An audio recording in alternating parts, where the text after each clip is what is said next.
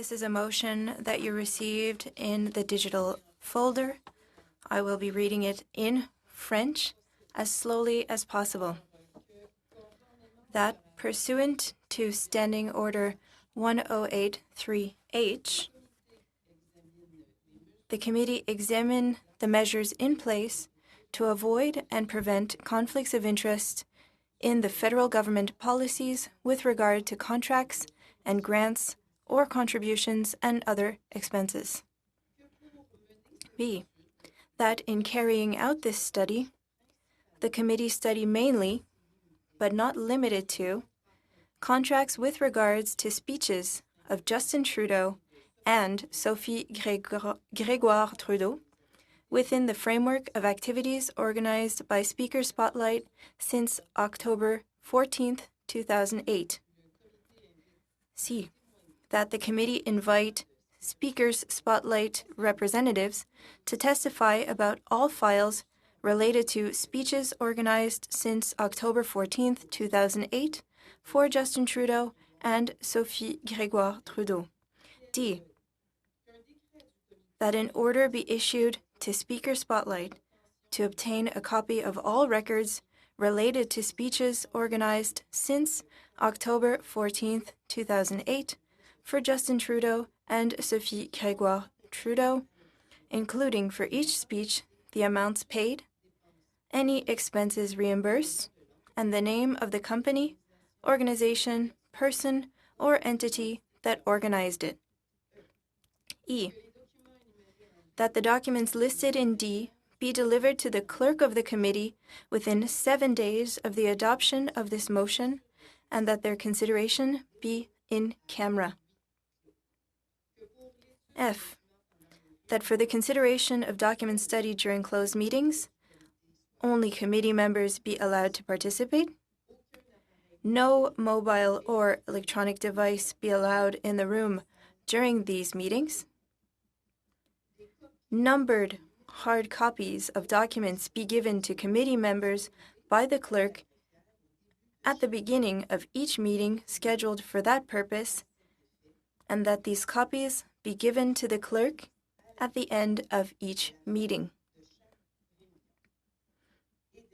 And lastly, copies of documents be kept in the clerk's office, and that outside of meetings, committee members can only view them by going to the clerk's office, and no mobile or electronic device be in the room during the consultation of documents. So that is my motion, Mr. Chair. Yeah, okay. I think all of the members have had, I know that I got a copy of this motion myself on my PNAN account. I assume that everybody does, so I won't need to redistribute it.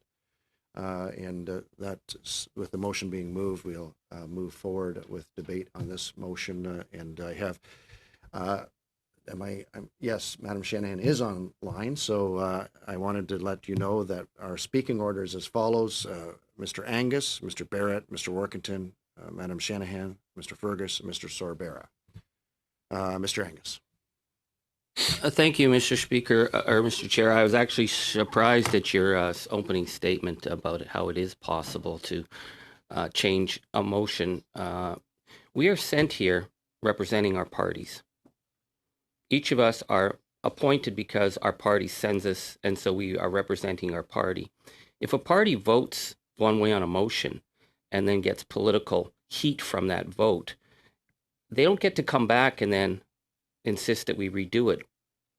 And I say that, Mr. Speaker, with all Chairman's great respect, because I've been 16 years in Parliament. I have never, ever seen a motion that is voted down by a party that they get to bring back 2 days at the next meeting and say, well, let's do another one. This is the same motion that the Bloc voted down. So it, regardless of its merits, to me, this is completely out of order with standing practice of the House. Mr. Angus, on your first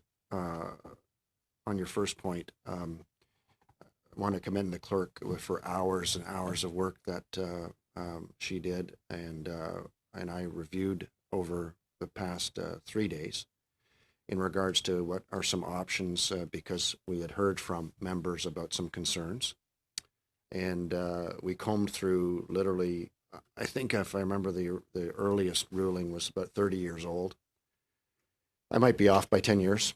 But there has been precedence set, but I agree with you, Mr. Angus, that and that's why I said that I would not, although there has been a vote negativized in the past, I don't think it's a good practice of the committee. But as far as the motion on the floor today, again, after studying a number of precedents, there's enough variance in this motion that it is in order. It does call on a study rather than just a submission of documents, and there's several other points of it that are substantially different, and so it is in order, and now we're debating that motion. We'll move on to Mr. Barrett. Well, thanks very much, Chair, and having had the opportunity this morning to review the motion from Madame Gaudreau, I'm pleased that we're considering a study of the safeguards that are in place, and with respect to preventing conflicts of interest in the government. And I think that in our examination, should this motion pass, we'd look very closely at the safeguards in and around specifically the Prime Minister's office, as we've seen with respect to the awarding of the Canada Student Service Grant contribution agreement. And I was very disappointed with the outcome of our vote a week ago. And like many others, I reviewed the footage after the fact on that question, and of course, was eager today to hear if there would be a request for the motion to be reconsidered and how the chair would rule. But see that while the issue was raised, that the committee was not asked to reconsider that specific motion. And while there are elements of the motion in front of us today that would affect some of the same ends that I sought with the motion that we spent 17 hours debating in this session of Parliament, there are many more elements of it that the committee will have to consider, and specifically, as you rightly point out, Chair, that we undertake a study. Now, members of the committee will recall that this summer, when we undertook a study similar to this, that the demand for witnesses placed on the committee was substantial from all parties, particularly from the government. And I think that there has since then been more information that's been made available through the document released to members of the Finance Committee. But we also, I'm just getting an echo, so I can imagine if it's tough for other folks to listen to me when I don't like to hear myself either. So thank you very much. So we do have more information, and perhaps that would narrow the scope, shorten the length of time required to address some of these issues.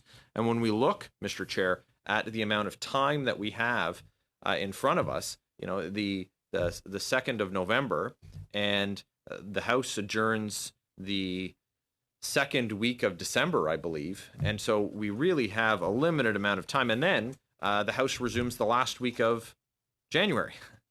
So we don't have a tremendous amount of time with the 17 hours as water under the bridge at this point, but we do have information that we've received that we can build on.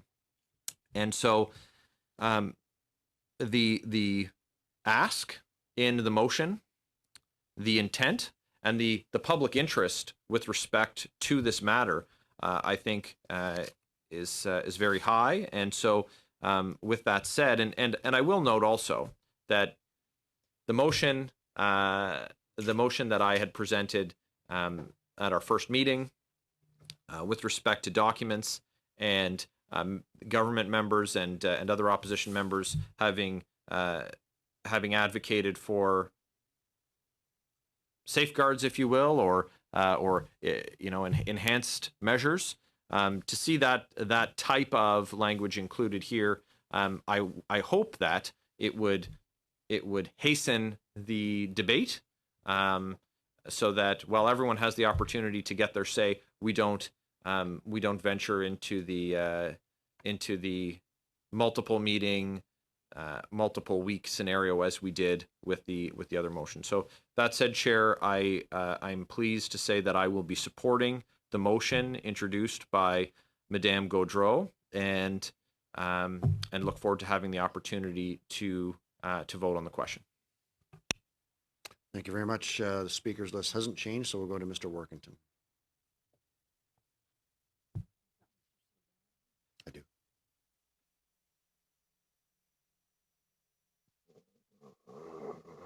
Thank you, Mr. Chair.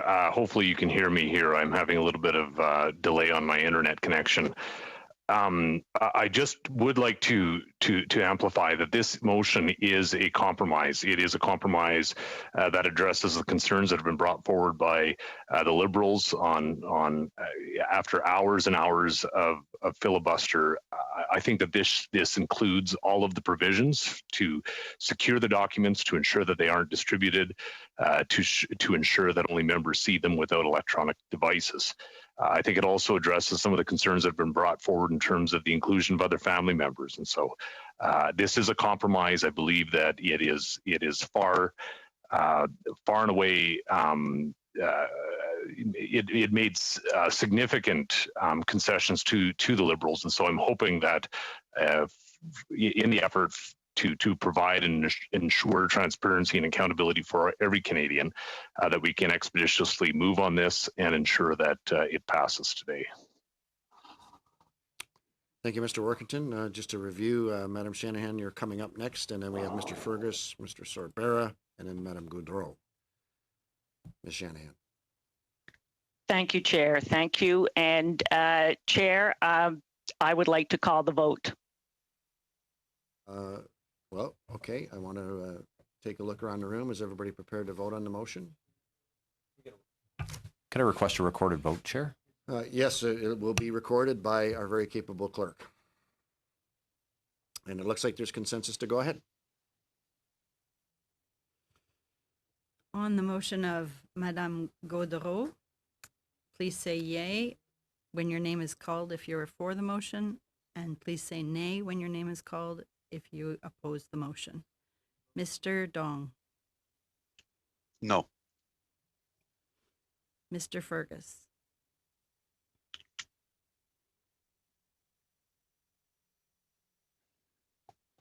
No. Madame Latancio. No. Ms. Shanahan. No. Mr. Sorbera. Je vote contre la motion. I am. Okay. Monsieur Gould. Oui, pour la motion. Mr. Workin. Yes for the motion. Yes. Madame Gaudreau. Oui. Yes. Mr. Angus. I abstain.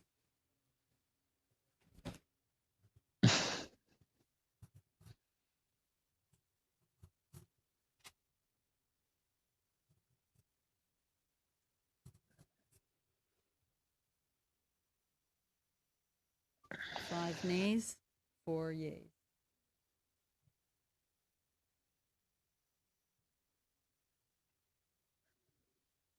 Five yeas, 4 nays. It's the motion is defeated. Mr. Angus. Thank you, Mr. Chair. On October 22nd, I brought forward a motion for study that pursuant to Standing Order 1083H, this committee undertake a study into issues of conflict of interest in the Lobbying Act in relation to pandemic spending, that this study continue our work relating to the Canada Student Service Grant, including this committee's work to review the safeguards to prevent conflicts of interest in federal government expenditures, government spending, We Charity, and the Canada Student Service Grant, and the administration of the Canada Student Service Grant and We Charity. And that this study include A, an examination into MCAP and Rob Silver's involvement with the Canada Emergency Wage Subsidy and the Canada Emergency Commercial Rent Assistance Program. B, the consideration of all aspects of the government's involvement with Baylis Medical Company, Inc., as well as former Liberal Member of Parliament Frank Baylis, including the awarding of procurement contracts for medical devices.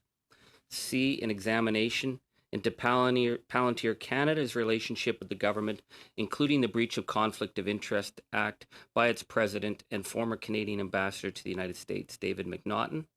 D, an examination of the use of partisan resources and processes in the appointment of federal judges that may have constituted violations of the privacy rights of nominees, and that the committee report its findings to the House with recommendations to better permit the government to conduct the business of government with public confidence in its integrity.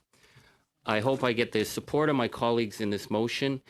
We have been over a month debating how we're going to get to work, and we haven't actually gotten to work. I think that we need to clear up a number of outstanding issues, particularly we had begun the We Charity study and we never finished it, and we have an obligation. I'm a stickler for if we put resources into a study, we finish that study and report it to Parliament.